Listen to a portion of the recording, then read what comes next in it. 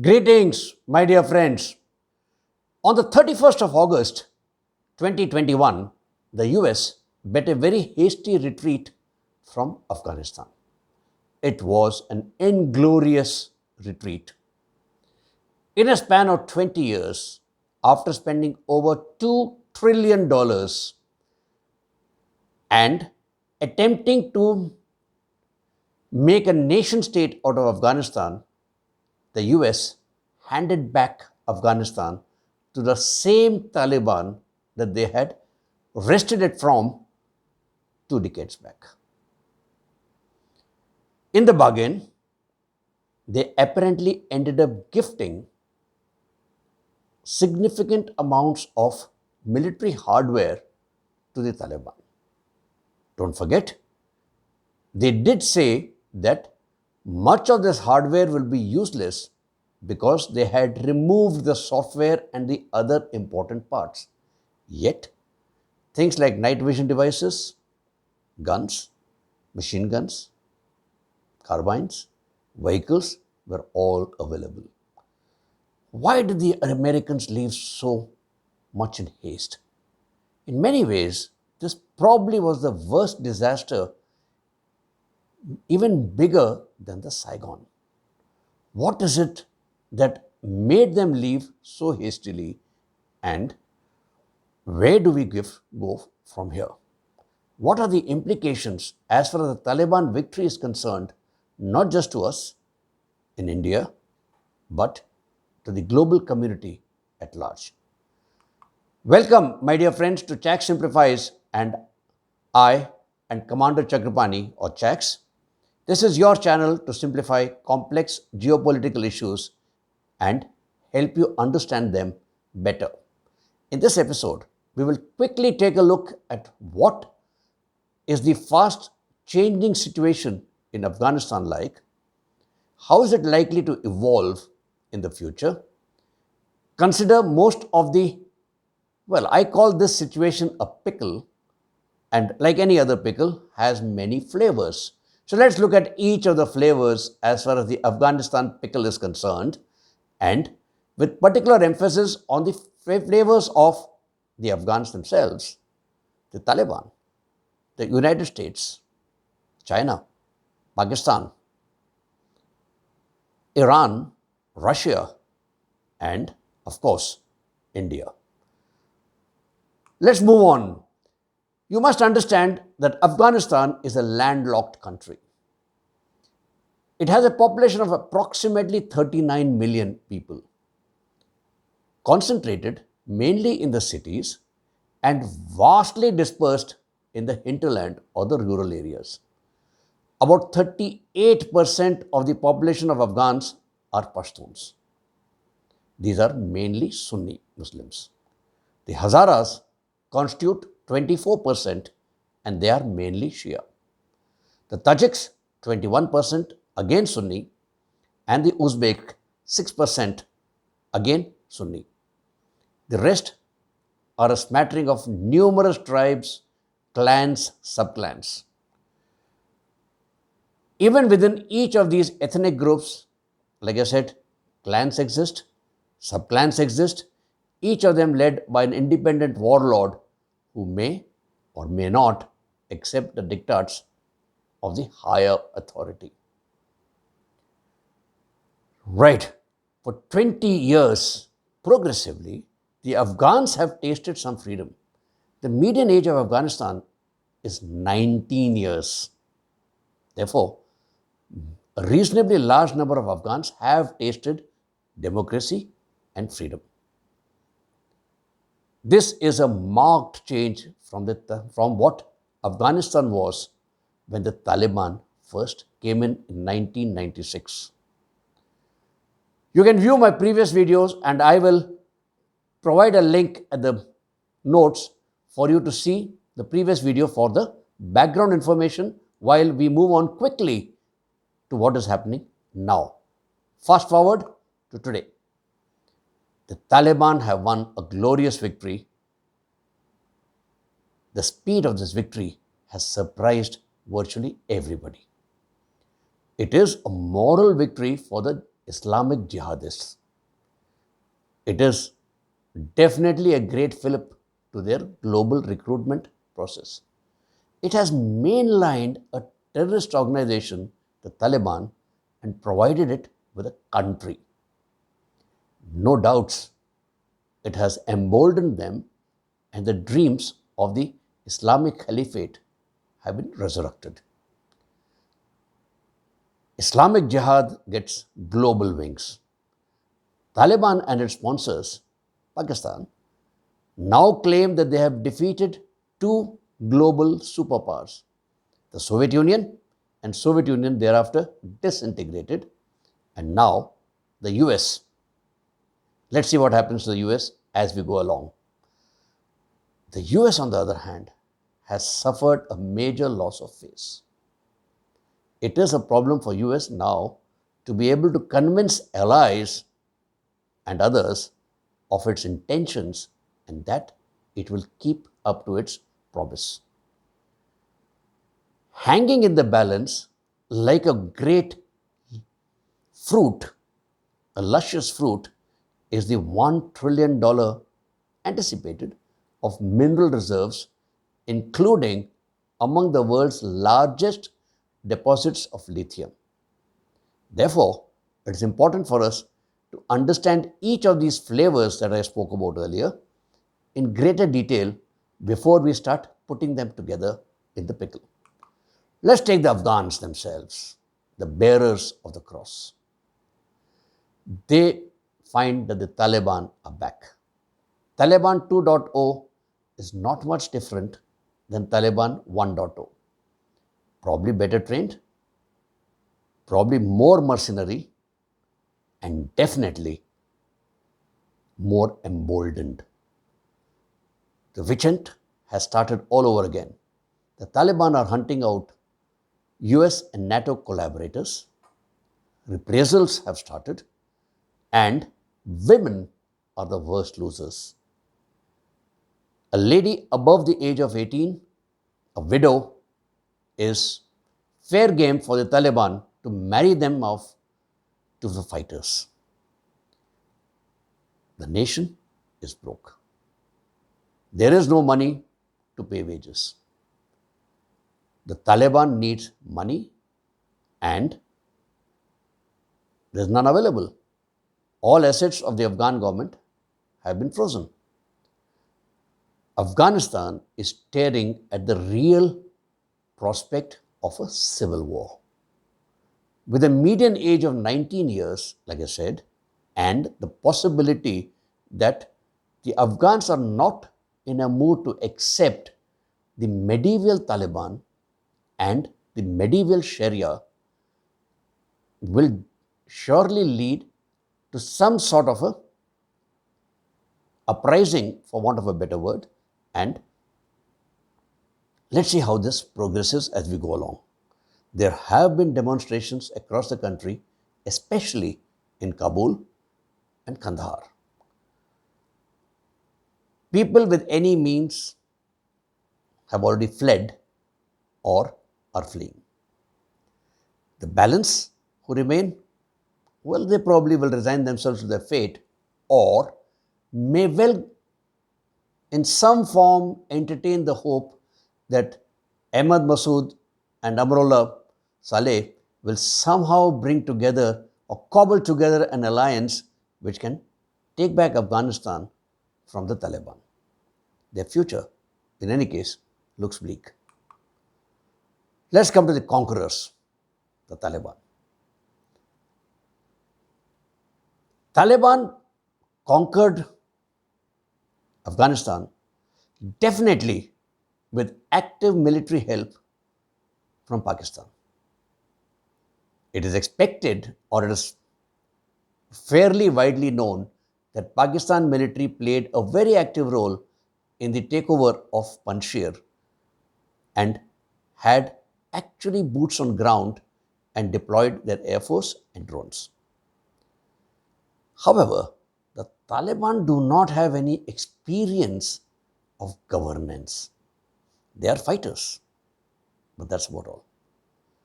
They had the jihad and the defeat of the infidel, the great Satan, the United States, as a unifying factor. But today, when they have won and are basking in this glory, their infighting has also started.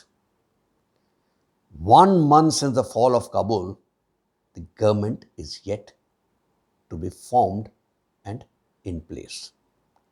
The Taliban need to balance. This balance is the key.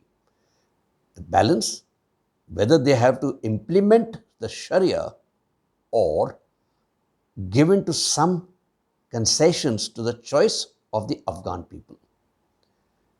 Do they balance their own laws, their own governance model with the international community and maintain diplomatic relations?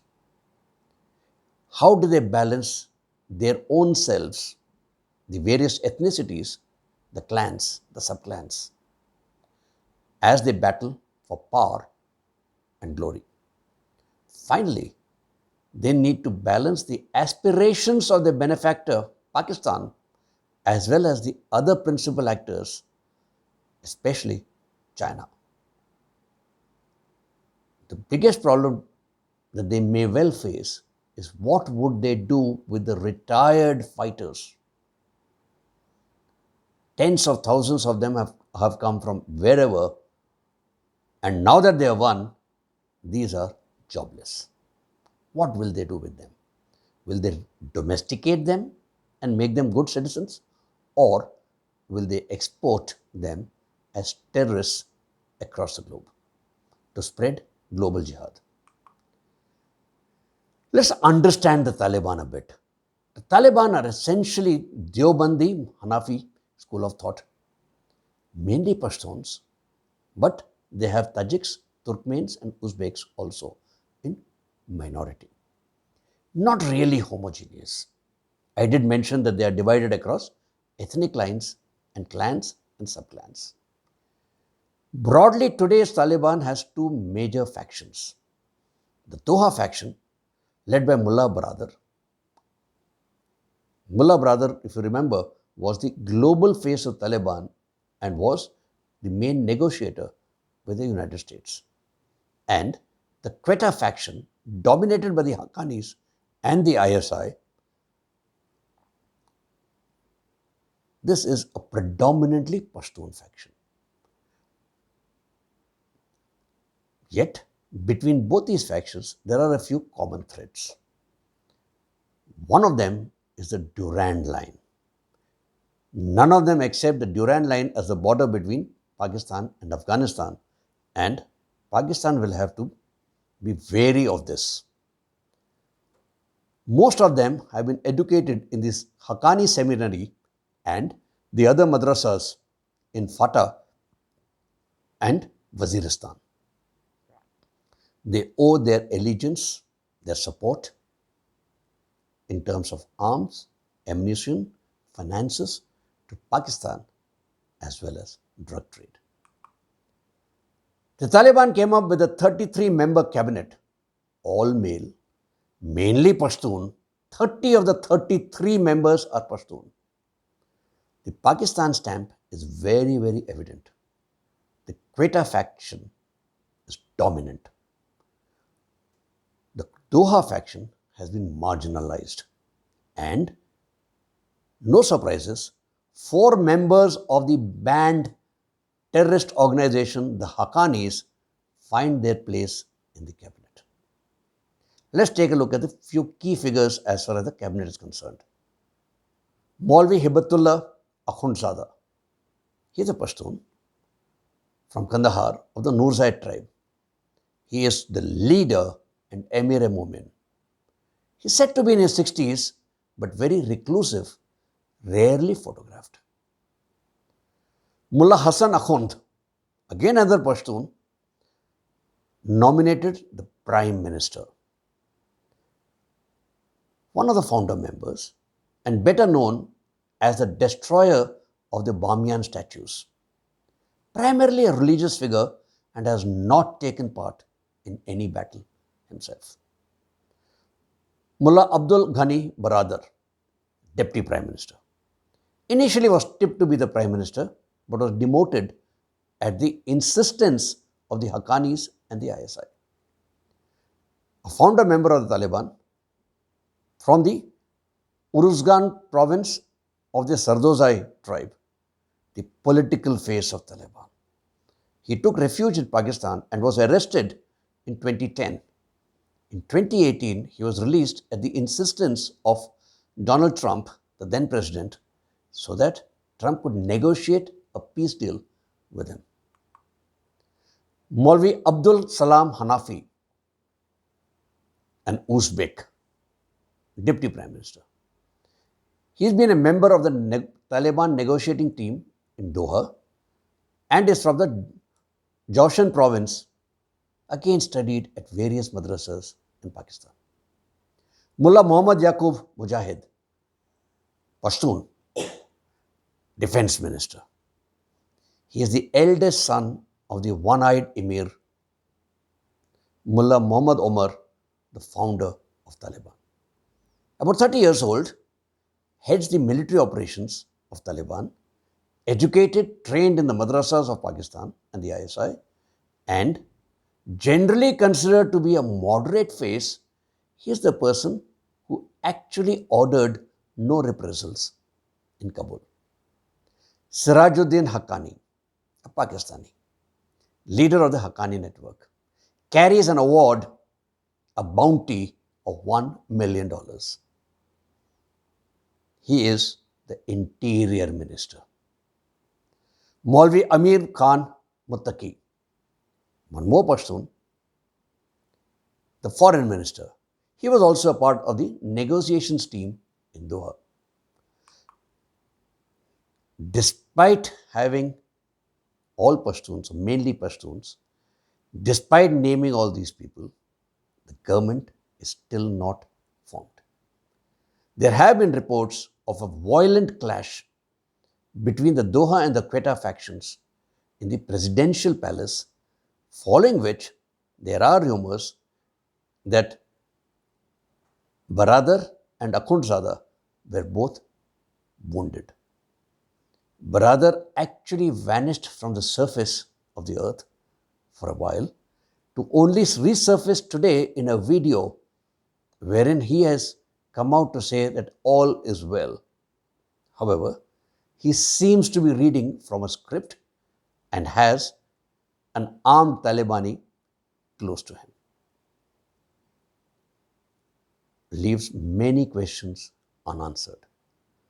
The presence of the ISI chief, Lieutenant General Faiz Hamid, in Kabul on the 5th of September is very intriguing. What was he doing there? Was he there to negotiate on behalf of the Taliban who should be or who should get what positions in the government and enable the Haqqani faction to dominate? Or was he there to coordinate the attacks by the Pakistani military on Panjshir? Or maybe both. There are daily reports of kidnappings, demonstrations, killings against the Taliban. Right? Now let's take the other flavor, the United States. The United States have lost not just the military war, but also the moral war, the war of narratives. They have raised a big red flag as far as their allies are concerned on whether they can be trusted. They spent over $2.2 trillion, but have nothing much to show for them. The allies, including the NATO, are suspicious. There is no clarity whether US will actually be able to rein in Pakistan, the puppeteer of the Taliban, or will do what they did earlier, the wait and watch. For China, this is a major geopolitical test. This tests their acumen, patience, stomach, courage. China has a very short 92-kilometer border with Afghanistan. It has maintained contact with the Taliban right from the 90s, independently and through its proxy, Pakistan. Unlike the US and Russia, China has never fought the Taliban militarily, and can well use this as leverage. It sees strategic gains for itself, especially with the withdrawal of the US, and sees itself as a replacing force in Afghanistan. The Chinese embassy is one of the 4 embassies open in Kabul today. It is laying the groundwork for close contact with the Taliban. The Chinese Prime Minister has held talks with Mullah Baradar on 28th of July in Xinjiang, but Chinese have their own fears. They fear the effect of Taliban on the Uyghurs in the Xinjiang region. They also fear the security of their own investments in Afghanistan and are willing to pay for it. The Taliban, on the other hand, have recognized China as a principal partner. The US seems to be willing to let China play a major role, a stabilizing force, if you will, post their own withdrawal. The Wakhan corridor gives China an alternate route to the CPEC, and therefore the Chinese would like the Afghans to join the BRI, to be able to de-risk themselves from Pakistan. China may well be among the first countries to recognize the Taliban. How will this impact the China-Pak relations, the China-Pak axis, the CPEC? Don't forget, the Tehrik-e-Taliban Pakistan remains opposed to China. The Durand line is a problem for both Pakistan and the Taliban, and China will have to manage this. The leverage of Pakistan will continuously reduce in case the Taliban does not follow the diktats of Pakistan. Let's get on to Pakistan, the ultimate rentier state, a state that gives out its territory, its expertise on rent. Pakistan is seen to be a risk-taking country, not a risk-averse country like India is. It has an ultimate dream, a pliant Afghanistan which will give it strategic depth. It actually seeks to manage instability, or manageable instability in Afghanistan, so that it can go back to its primary role, which it did in the last 20 years, to act as the firefighter, in Dr. Christine Fair's words, when it itself was the arsonist. It will collect rent from the globe for its role and for the fact that it will allow the refugees to come into Pakistan and not flood the Western countries. Pakistan in reality started the jihad in 1973 under Zulfikar Ali Bhutto, well before the Soviet invasion was even thought of. It later created the Taliban to be able to fight the Soviets and then take over the country on its behalf. Without Pakistan, the Taliban would be basically a nuisance, not a major force. As far as the Taliban are concerned, there are a number of shuras, basically leadership councils, but the most important shura is the Rawalpindi Shura, where all major decisions are taken, and the Quetta Shura, which is also called the Rahabari Shura, or the guiding shura. Pakistan is actually the real enemy, not the Taliban, and this is something which the world is slowly realizing. Don't forget the public arrival of the Pakistani ISI chief, Lieutenant General Faiz Hamid, in Kabul on the 5th of September clearly points to this. Pakistan is celebrating the Taliban victory as its own. But the Pakistan faces a real prospect of hundreds of thousands of refugees coming into Pakistan. Can it afford to house, feed, and look after them? Especially in a situation that it is already in doldrums, has less than $20 billion as foreign exchange reserves. One of the offshoots of the Taliban, the Tehrik-e-Taliban Pakistan, is not happy with the Chinese.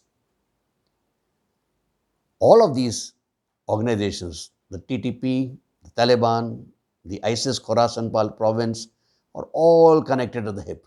It's the same fighters that move seamlessly from one to the other and back to the first. ISI and the LET, the Lashkar-e-Toiba, have also ensured a good connectivity with the IS Khorasan. And no surprises, there are already 60 plus Indians in this, mainly from Kerala, some from Tamil Nadu. Of these 60 Indians, 24 were killed in Afghanistan, 10 women and 21 children surrendered to the Afghan forces on the 15th of November 2019. Pakistan finds CPEC not generating enough jobs, definitely not as many as it thought it would. Therefore, it is staring at an abyss, and Taliban support for its dreams in Kashmir may well be the balm it looks for. On the other hand, the other neighbor of Afghanistan, Iran, mainly a Shia country. Fears of the Shia-Sunni divide are very strong, and it fears the Sunni Taliban, especially how they would treat the Hazaras who are Shias. It also faces a huge refugee influx, especially at a time when it itself is battling economic slowdown and sanctions. The Iranian president, Ibrahim Raisi, had called for elections in Afghanistan and has sworn not to recognize the Taliban.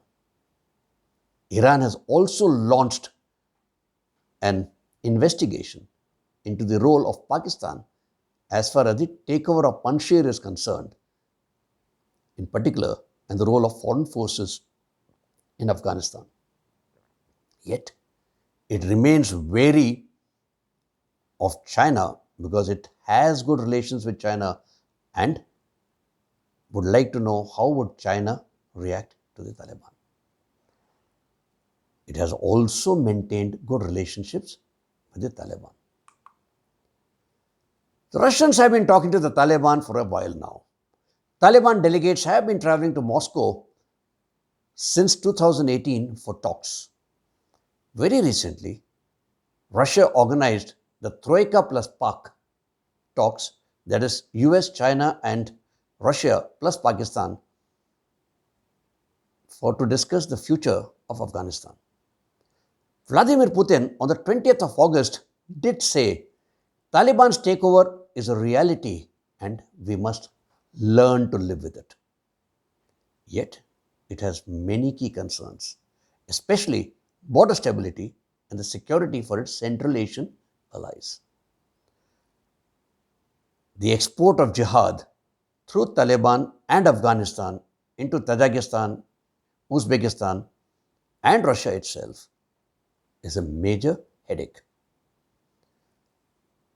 It did hold major exercises, military exercises, just last month with Tajikistan and Uzbekistan, and has positioned crack battalions of its army at the border. The small Qatar has been playing a very big role in the peace talks between the US and the Taliban. Qatar had the office of the Taliban opened in Qatar itself, at Doha, and was the most important conduit as far as the Taliban was concerned to the rest of the world. The Doha faction, led by Mullah Baradar, were influential and were tipped for high positions. However, Qatar seems to have lost the race with respect to Pakistan.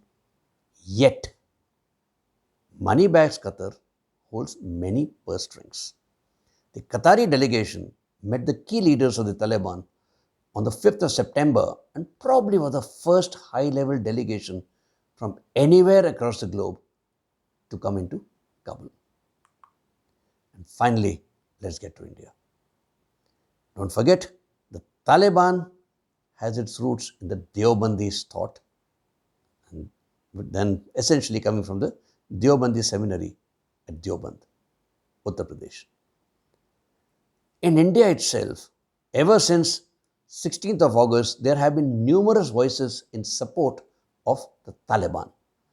The AIMIM chief recommending we have a dialogue with the Taliban and saying the Taliban has changed.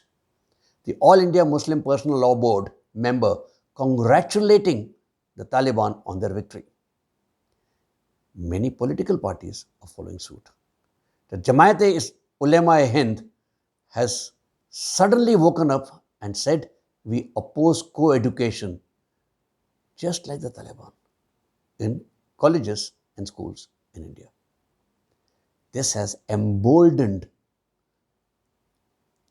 the fundamentalists in India, and they feel their time is coming. There has already been an increase in hate crimes and this time Hindu phobia in India. The threat of the ISIS Khorasan and the Taliban Mujahideen also coming into India is greatly enhanced.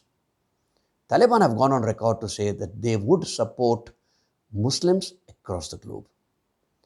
And this threat is not just in Kashmir, from the land, but from the sea as well, in governments that are not so friendly with the center, that is Maharashtra, Kerala, Tamil Nadu, and West Bengal. In case there is a civil war in Afghanistan, there will be tremendous pressure on India to take in refugees. What would be India's response? Because don't forget, some of these refugees that come in may well be very well indoctrinated Talibanis in disguise coming into India to spread terror. I did mention that the ISIS Khorasan had 60 Indians that fought with them. The major source of the Taliban is drugs. India, with a population of 1.3 billion people, a $3 trillion economy marching towards a $5 trillion economy, is ripe for a drug trip to fund Taliban's efforts. Arms, especially night vision goggles and small arms, may well find their way into India and be used. The night vision goggles will dramatically change the balance of power between the terrorists and the Indian forces.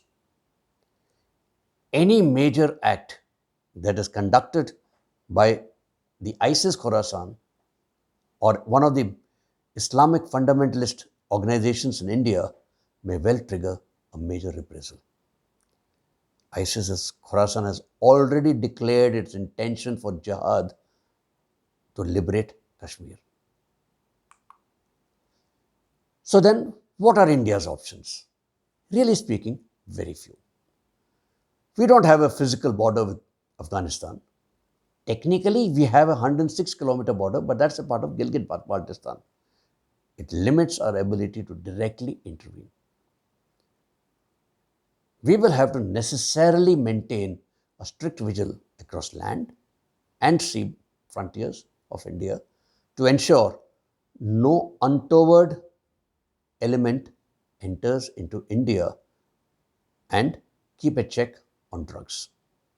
Monitor all likely miscreants and radicals to prevent any major strikes. Work with like-minded nations across the globe to be able to sanction Pakistan and rein in the Taliban. It will have to deal with an emboldened Pakistan, which will try to up the ante in Kashmir, especially, and across the country in general. It has to prepare itself for a war of narratives, especially in the social media, and a propaganda war unleashed by China-Pak axis. NatGrid, or the national grid, is a good step in this direction, as well as preparations underfoot to create a cyber cell to handle the cyber threat. Where are we now? The government formation has been delayed all over again. I did mention about reports of tussles between the Doha and the Quetta factions, Mullah Baradar being hurt, shot, somebody says. But like I said, he has suddenly surfaced today, that is the 16th of September. There were rumors of Mullah Akhundzada also being injured in this brawl. The tussle for sharing power, the spoils of war, is on. Which way the camel will rise is a question mark. Pakistan and the ISI are sparing no effort to ensure their protege, the Haqqani network, gets its due share. China has agreed to provide $31 million of immediate humanitarian aid. There are numerous consultations on between US, Russia, India, and other countries on the future of Afghanistan. And there is an in-person Quad meeting going to happen later this month where all the 4 members of Quad will be discussing, among other things, China and Afghanistan. The lawmakers in the US are discussing the role of Pakistan and are actually questioning it and questioning the US support to Pakistan. A long drawn out civil war seems to be in the offing because the Taliban have not been able to get Amrullah Saleh or Ahmad Massoud. They could well form the nucleus of the Northern Alliance, which will resist the Taliban. The Afghan pickle is indeed very complex, full of intrigue, and very fast changing situation and developments. Panjshir has been run over with very overt help from the Pakistan army. Yet, like I said, Ahmad Massoud and Amrullah Saleh are still at large. The danger of civil war remains. There are already indications that the Afghans are not happy with the Taliban.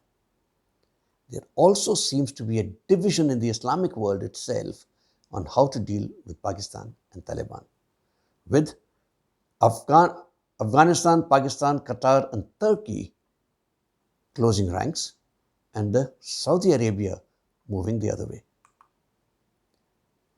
What will be the global community's reaction to the Afghan government formation? Will it continue to pay rent to Pakistan and cozy up to the arsonist Pakistan to manage the mess? What will the Taliban's approach to the Durand Line, and will they accept Durand Line as the border or claim as they want the entire Pashtunistan? China finds itself in the quagmire of Afghanistan. How will it deal with it? Will it succeed where the other superpowers failed? Or will it also, like the others, be doomed to failure?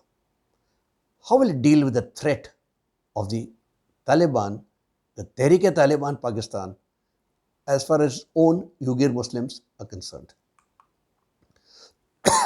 India itself has a lot at stake. The possibility of coordinated blasts and strikes by Islamic radicals cannot be ruled out. There are already reports of various sleeper cells being activated and some of them being caught. We must also be ready at the same time to face lone wolf attacks like have happened across the globe and very recently in New Zealand. We will need to coordinate our anti-terrorist operations with global powers as well as internally with every state government. Well, the great game 3 is on, and we in India this time are in the thick of it. So, we continue, my dear friends, to live in very interesting times. If you approve of this video, please do leave a like and please do comment. I look forward to your comments and they are my inspiration. As always, don't forget to subscribe to my channel if you have not done so and click on the bell icon to be informed of my new videos. Please feel free to share this video with your friends, and as always, I look forward to your suggestions and continued support. Jai Hind.